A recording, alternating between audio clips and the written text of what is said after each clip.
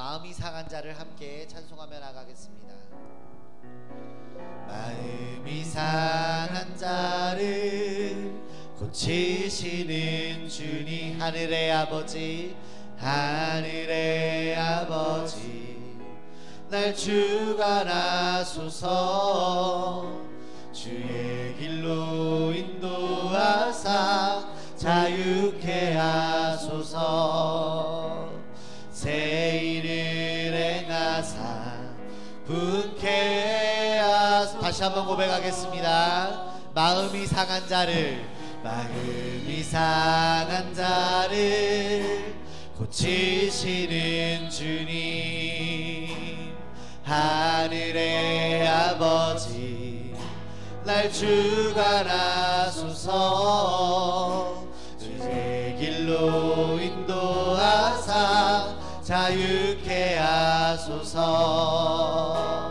새 일을 행하사 분케 하소서. 의에 줄이고, 의에 줄이고 목이 마르니 성령의 기름 부으소서. 의에 줄이고 목이 마르니 내 잔을 채워 주소서. 성령으로 채우사, 성령으로 채우사 주 보게 하소서. 주의 임재 속에 은혜 알게 하소서. 주 뜻대로 살아가니 세상 끝날까지 나를 빚으시고 나를 새날 열어주소서. 새날 열어 의에 줄이고 목이 마르니, 의에 줄이고 목이 마르니 성령의 기름 부으소서. 의에 줄이고 목이 마르니 내 잔을 채워 주소서. 의에 줄이고 목이 마르니, 의에 줄이고 목이 마르니 성령의 기름 부으소서. 의에 줄이고 목이 마르니 내 잔을 채워. 다시 한번 고백합시다. 의에 줄이고, 의에 줄이고 목이 마르니 성령의 기름 부으소서. 의에 줄이고 목이 마르니 내 잔을 채워 주소서. 아멘. 우리의 마음을 채우시는 하나님 앞에 이 시간 함께 박수하면서 찬양했으면 좋겠습니다.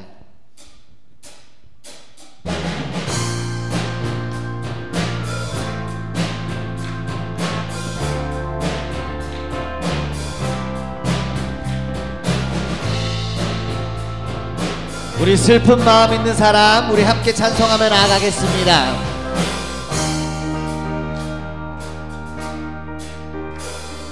슬픈 마음 있는 사람, 예수 이름 믿으며 영원토록 변함없는 기쁜 마음 얻으리. 슬픈 마음, 슬픈 마음 있는 사람, 예수 이름 믿으며 영원토록 변함없는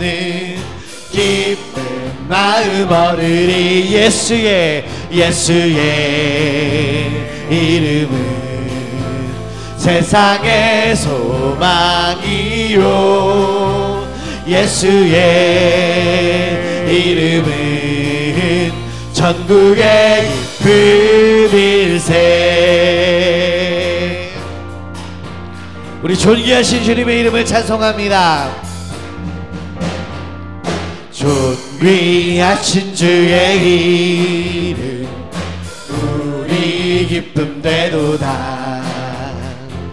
주의 품에 안길 때에 기뻐 찬송 부르. 한 번 더. 존귀하신 주의 이름 우리 기쁨 되도다. 주의 품에 안길 때에 기뻐 찬송 부르리. 예수의 이름은 세상의 소망이요. 예수의 이름은 천국의 기쁨일세. 예수의 이름은 세상의 소망이요. 예수의 이름은 천국의 기쁨일세.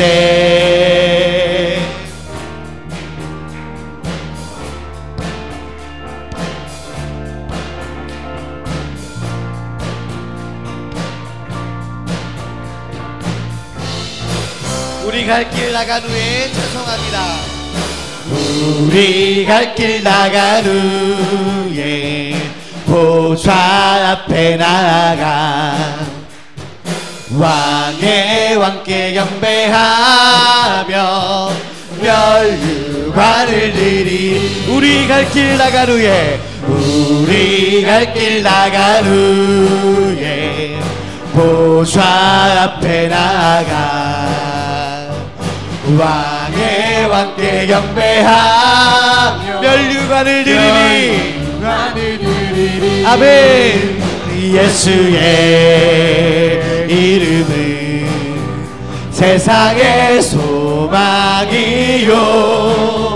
예수의 이름은 천국의 기쁨. 우리의 믿음을 다해서 다시 한번.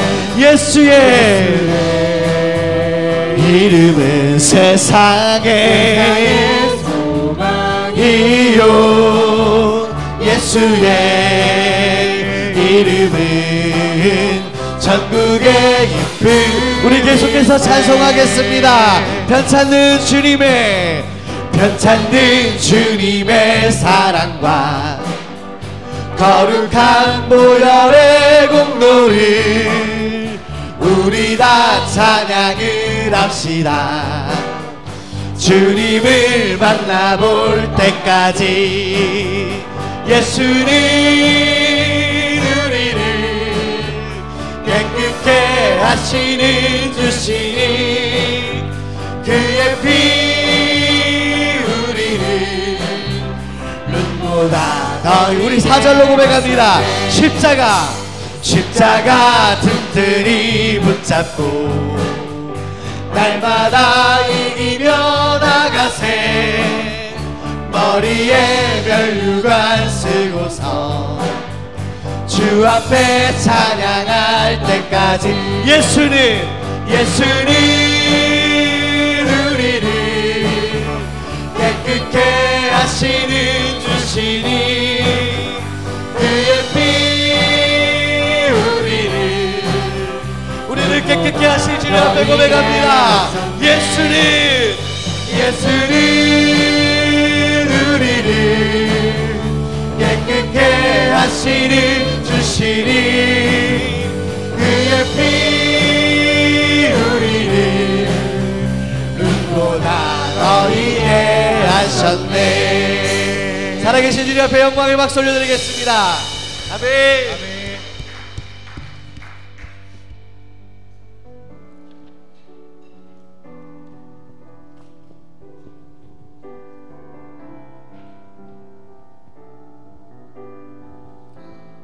우리 마음을 하나님 앞에 올려드리면서 함께 고백하겠습니다. 모든 상황 속에서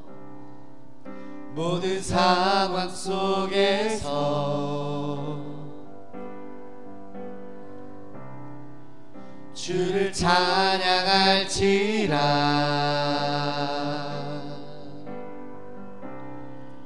주는 너의 큰 상급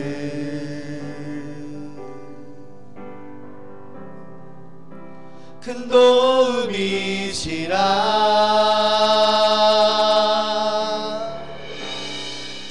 주의 얼굴 구할 때 주의 영을 부으사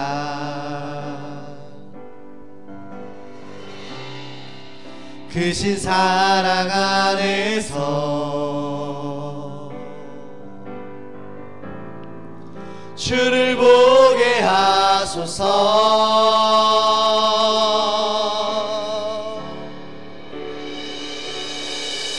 내 영혼이 확정되어 싸우니 믿음에 눈 들어 주를 바라봅니다.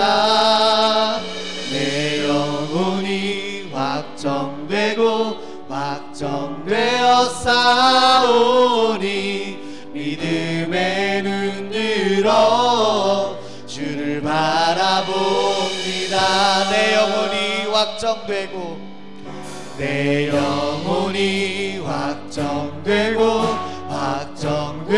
싸우니 믿음에 눈 들어 주를 바라봅니다. 내 영혼이 확정되어 싸우니 믿음에 눈 들어 주를 바라보. 내 영혼이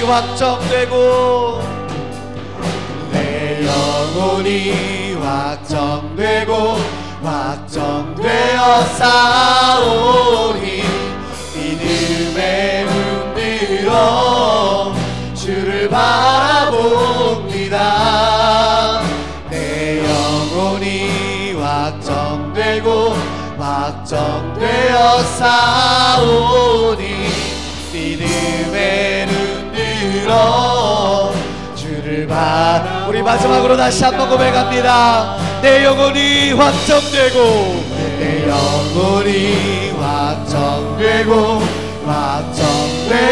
싸우니 믿음에 눈 들어 주를 바라봅니다. 내 영혼이 확정되어 싸우니 믿음에 눈 들어 주를 바라봅니다. 주님, 이 새벽에 우리 가운데 은혜를 더하여 주옵소서. 이곳 가운데 말씀하여 주시고 우리가 하나님의 임재 가운데 보좌 가운데 더 깊이 있게 나아가는 시간 될 수 있도록 하나님 우리의 메마른 심령 가운데 역사해달라고 우리 시간 함께 기도하며 나가기를 소망합니다. 함께 기도하시겠습니다. 오 살아계신 아버지 하나님, 돌짝밭 같은 메말라인 우리의 심령 가운데 다시 한번 아버지의 새 생명을 부어주시길 기도합니다. 우리의 심령을 새롭게 여주시기로 말미암아 우리가 다시 한번 하나님 앞에 나아가게 아버지 부족한 모든 백성을 낼 수 있도록 하나님 아버지 역사해 주시옵소서. 우리의 마음과 심령을 새롭게 여주시옵소서.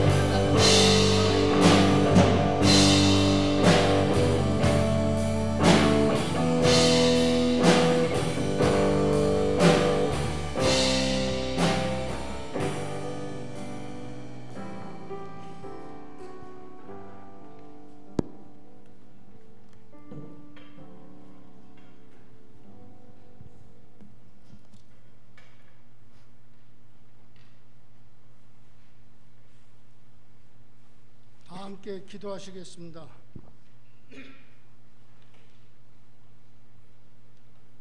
사랑의 하나님 아버지, 하나님의 사랑하는 아들 독생자 예수 그리스도를 닫고 천한 이 땅에 안전한 인간으로 보내주셔서 구원의 역사를 이루어 주시니 참으로 감사합니다.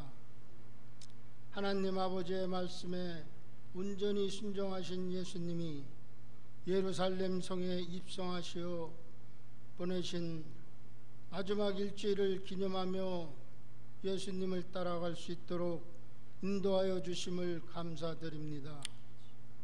나를 따라오려거든 자기를 부인하고 자기 십자가를 지고 나를 따르는 것이니라는 예수님의 말씀대로 고난주간을 보내도록 성령님이 인도해 주옵소서.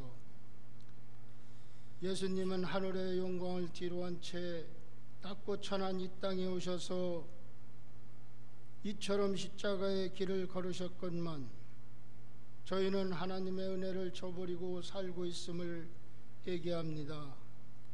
날마다 세상의 넓은 길을 걸으며 온갖 잘못을 반복하였던 우리의 몸과 마음을 예수 그리스도의 십자가의 보혈로 깨끗하게 씻어 주옵소서. 나의 죄를 대신하여 십자가를 지신 예수님을 날마다 바라보며 예수님을 따라 십자가의 길로 나아가게 하옵소서. 모든 환경이 열악했음에도 예수님은 천하보다 귀한 한 영혼을 살리기 위해서 복음의 사역을 멈추지 않으셨습니다. 내 말을 듣고 또 나를 보내신 이를 믿는 자는 영생을 얻었고 심판에 이르지 아니하나니 사망에서 생명으로 옮겼느니라는 말씀이 필요한 문 영혼들을 향해 밤낮없이 다녔었습니다. 또한 피곤한 몸을 이끌고 산에 올라가 몸을 구부려 기도하시는 예수님의 눈물이 우리의 눈물이 되게 하옵소서. 홀로 기도하시는 예수님의 옆자리가 우리의 자리가 되게 하여 주옵소서.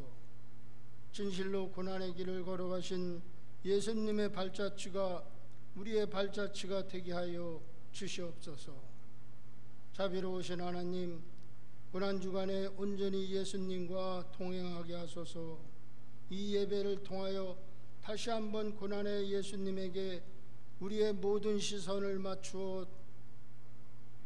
맞추도록 도우시어 십자가로 승리하신 예수님의 기쁨이 나의 삶의 실제가 되게 하여 주시옵소서. 주님, 코로나19를 극복하기 위하여 기도합니다. 참혹한 질병이 덮친 이 땅과 전 세계의 고통 앞에서 하나님을 두려워하지 않고 고민했던 우리들의 모습을 봅니다. 사람의 존재가, 사람의 능력이 얼마나 하찮으며 하나님을 알지 못하는 우리의 지식이 참으로 아무것도 아님을 처절하게 깨닫게 됩니다. 내 이름으로 일컫는 내 백성이 그들의 악한 길에서 떠나 스스로 낮추고 기도하며 내 얼굴을 찾으면 내가 하늘에서 듣고 그들의 죄를 사하고 그들의 땅을 고칠지니라. 약속하신 그 말씀을 붙들고 하나님 고쳐주시기를 간구합니다. 코로나로 인해 전 세계가 단절되고 경제가 파탄날 수 있다는 두려움도 이 나라를 엄습하고 있습니다. 그동안 누린 풍요로움도 하나님이 주신 넘치는 은혜임을 다시 깨닫습니다. 눈앞에 펼쳐지는 모든 절망 속에서도 사랑과 은혜의 하나님이 우리의 주님이심으로 결코 낭망치 않게 하옵소서. 우리를 영원한 약속으로 새롭게 창조하시는 하나님의 놀라우신 사랑과 은혜로 회복되게 하여 주시옵소서.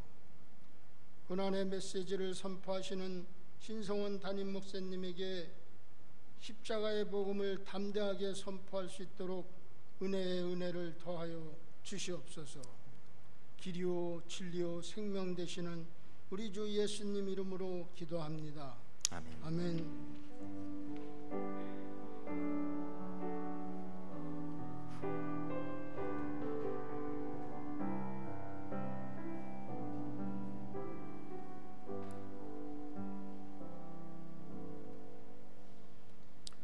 하나님의 말씀은 마가복음 14장 32절에서 42절까지 말씀 함께 보겠습니다.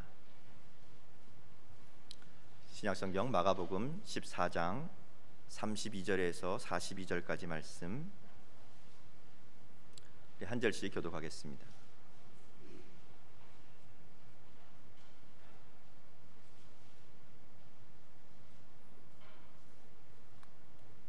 마가복음 14장 32절에서 42절 한 절씩 교독합니다. 그들이 겟셋마네라 하는 곳에 이름에 예수께서 제자들에게 이르시되 내가 기도할 동안에 너희는 여기 앉아 있으라 하시고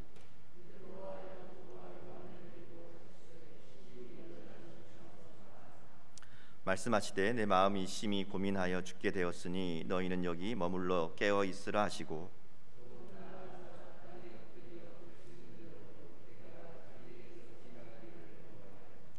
이르시되 아빠 아버지여 아버지께는 모든 것이 가능하오니 이 잔을 내게서 옮기시옵소서. 그러나 나의 원대로 마옵시고 아버지의 원대로 하옵소서 하시고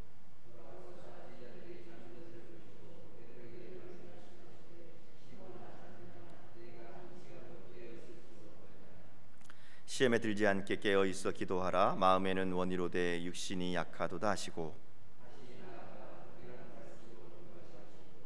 다시 오사 보신즉 그들이 자니 이는 그들의 눈이 심히 피곤함이라. 그들이 예수께 무엇으로 대답할 줄을 알지 못하더라.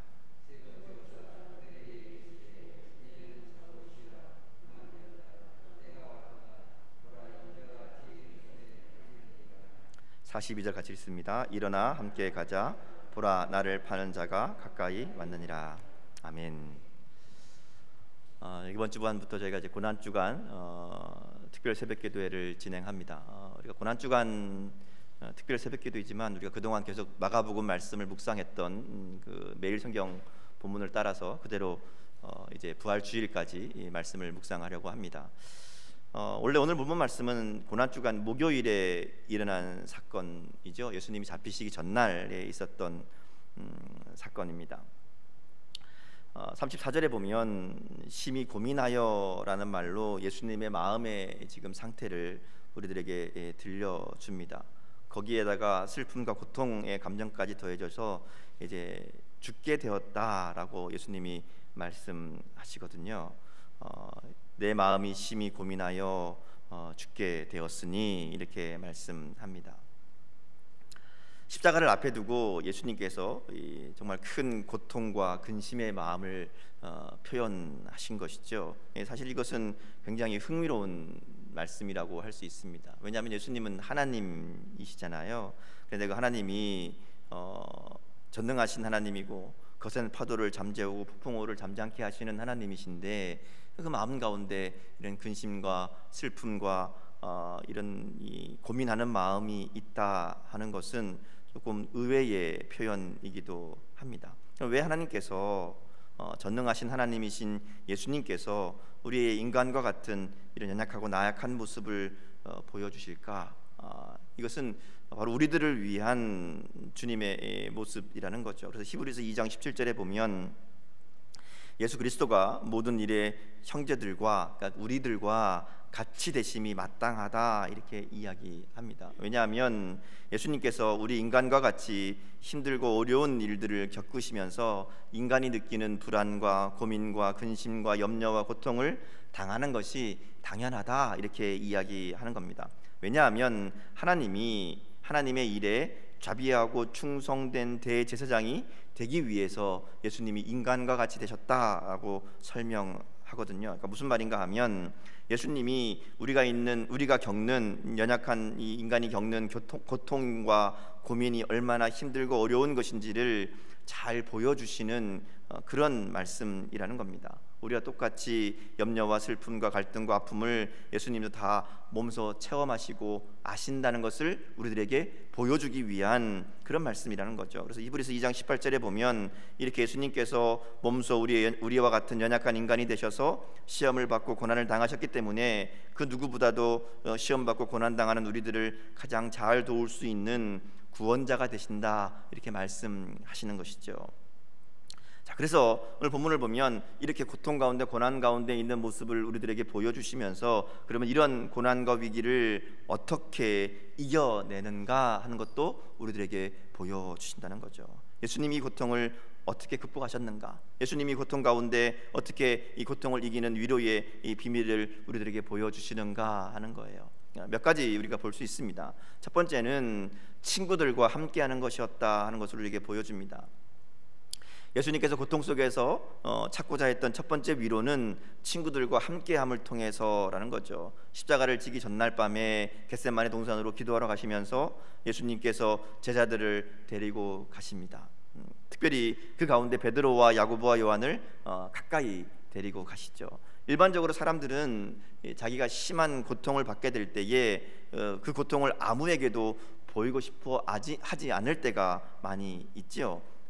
특별히 심각한 고통을 받게 될 때에 아무에게도 들키고 싶지 않은, 힘들고 어려운 모습을 보이고 싶지 않은 그런 마음들이 있습니다. 근데 예수님께서는 베드로와 야고보와 요한을 데리고 겟세마네 동산에 올라가셨다 하는 거죠. 여러 가지로 생각해 볼 수 있어요. 하나는 이 극한 상황을 당할 때에 그 고통스러운 상황을 극복하는 모범을 보여주기 위해서 제자들을 일부러 보게 하셨다, 의도가 있었다, 이렇게 생각할 수도 있습니다. 근데 또 가만히 생각해 보면 주님이 정말 우리의 고통을, 우리의 아픔을 그냥 보여주기 식으로만 겪은 것이 아니라 정말로 그런 아픔과 고통 가운데 함께 하셨다 하는 거죠. 철저하게 하나님의 모습을 감추고 인간의 모습으로 이 일을 대하셨다 하는 거예요.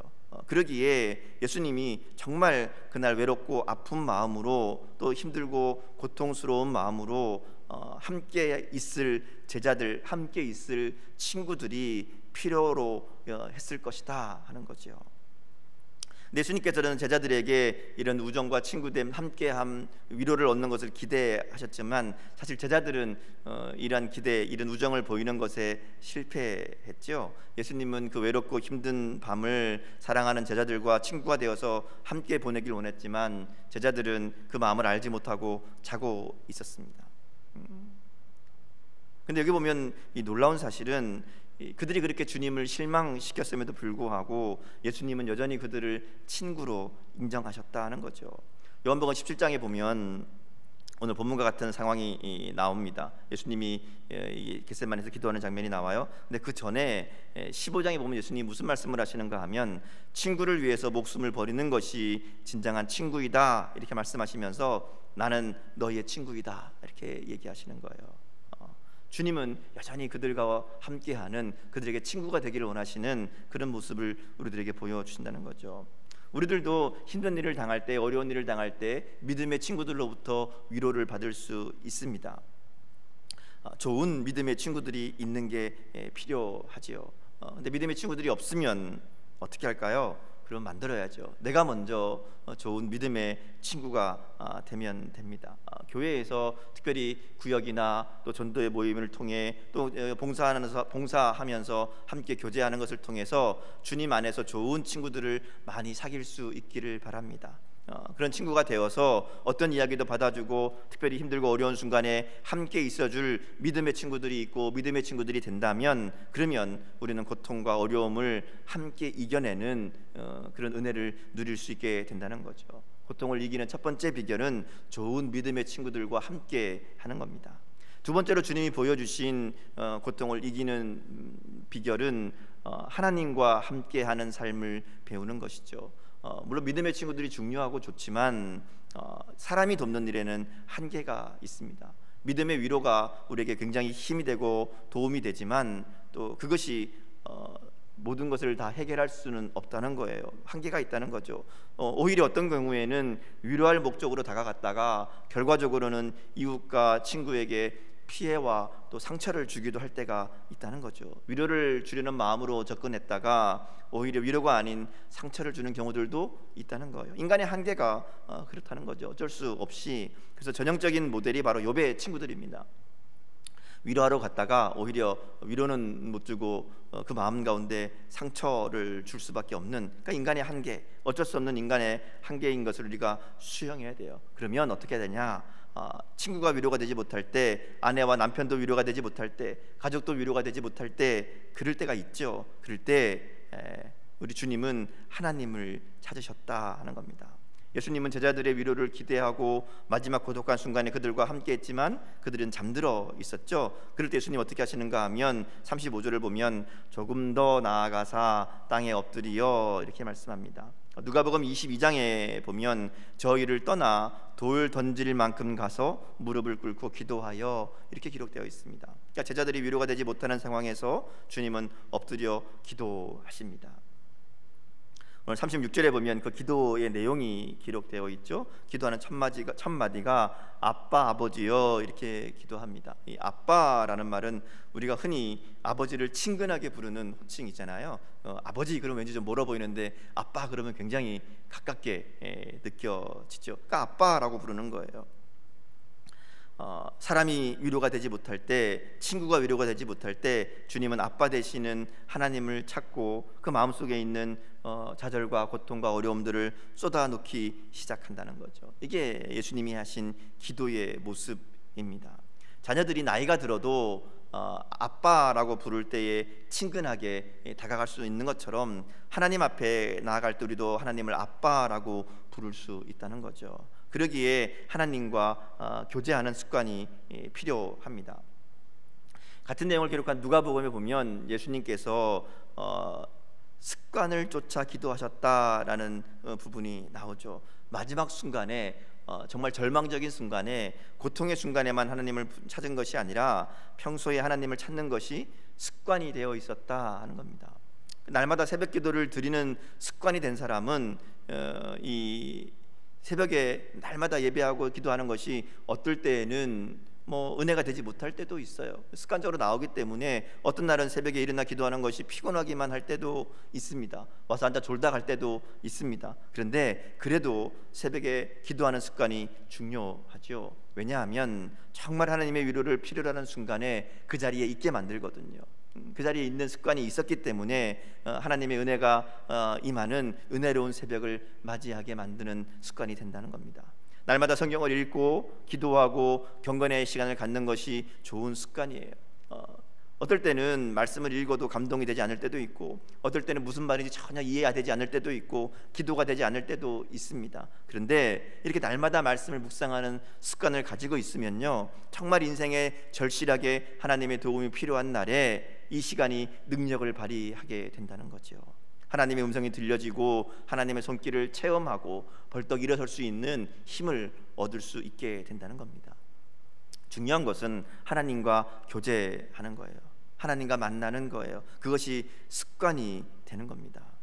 사랑하는 제자들도 하나둘씩 다 떠나가고 가장 가까웠던 세 제자마저 예수님의 마음을 모른 채 잠들어 있던 그 밤에 주님이 무슨 생각을 하셨을까? 어떤 마음이 들었을까? 요한복음에 보면요, 이 말씀을 이 상황을 기록합니다. 요한복음 16장 32절에 보면 예수님이 이렇게 말씀하셨다고 이야기해요. 보라, 너희가 다 각각 제 곳으로 흩어가고 나를 혼자 둘 때가 오나니 벌써 왔다. 그렇게 말씀합니다. 예수님의 마음속에 있는 깊은 고독감을 느끼게 되죠. 여기서 끝나지 않아요. 그 다음에 예수님이 한마디 더 하시는데 무슨 얘기하는가 하면, 그러나 내가 혼자 있는 것이 아니라 아버지가 나와 함께 있다. 이 얘기를 하시는 거예요. 사람이 위로가 되지 못하고 격려가 되지 못하고 아무도 곁에 없이 혼자라고 느껴질 때에 나와 함께 계시는 분이 있는데 하나님이시다, 이렇게 얘기하는 거죠. 하나님이 함께 하시면 그러면 극복하지 못할 어려움이 없다는 거죠. 고통을 이기는 비결은 하나님과 함께하는 기도의 자리를 놓치지 않는 것인 줄 믿습니다. 세 번째 나오는 고통을 이기는 비밀은요, 하나님의 뜻을 확인하고 확신하는 거예요. 우리 고통을 당할 때, 어려움을 당할 때에 그것이 고통스러운 것은 고통 자체보다 그 이유를 모를 때, 왜 내게 이런 일이 있는가, 왜 내가 이런 일을 당해야 되는가 하는 그런 의미를 알지 못하는 그것이 더 고통스럽게 만드는 이유가 되기도 합니다. 그래서 그리스도인들은 고통을 만날 때에 그 속에서 하나님의 뜻을 찾고자 하죠. 하나님 뜻이 어디 있는가, 그것을 알게 되면 그러면 고통도 이길 수 있는 은혜와 힘을 얻게 되거든요. 예수님도 그러셨어요. 예수님 36절에 보면 하나님께 기도할 때에 모든 것이 가능하오니 이 잔을 내게서 옮기시옵소서. 그러나 나의 원대로 마시옵고 아버지의 원대로 하옵소서, 이렇게 기도합니다. 오늘 본문에는 아버지의 원대로 이렇게 되어 있지만 다른 그 복음서에 보면 내 뜻대로 마시고 아버지의 뜻대로 하옵소서 이렇게 되어 있습니다. 그러니까 예수님은 지금 하나님의 뜻을 확인하고 있는 거죠. 하나님의 뜻이 어디 있는지를 묻고 있는 겁니다. 예수님께서 기도를 끝나고 마치고 오셔서 제자들을 보시죠. 제자들이 자고 있습니다. 그래서 베드로를 흔들어 깨우면서 내가 어떻게 자고 있느냐 이야기하죠. 두 번째 또 가서 기도하시고 오니까 또 자고 있어요. 근데 이번에도 또 깨웁니다. 세 번째 기도하고 오셔서는 태도가 달라지죠. 조금 전까지는 어찌하여 자고 있느냐라고 그들을 깨우셨는데 이제는 자고 쉬라고 이야기합니다.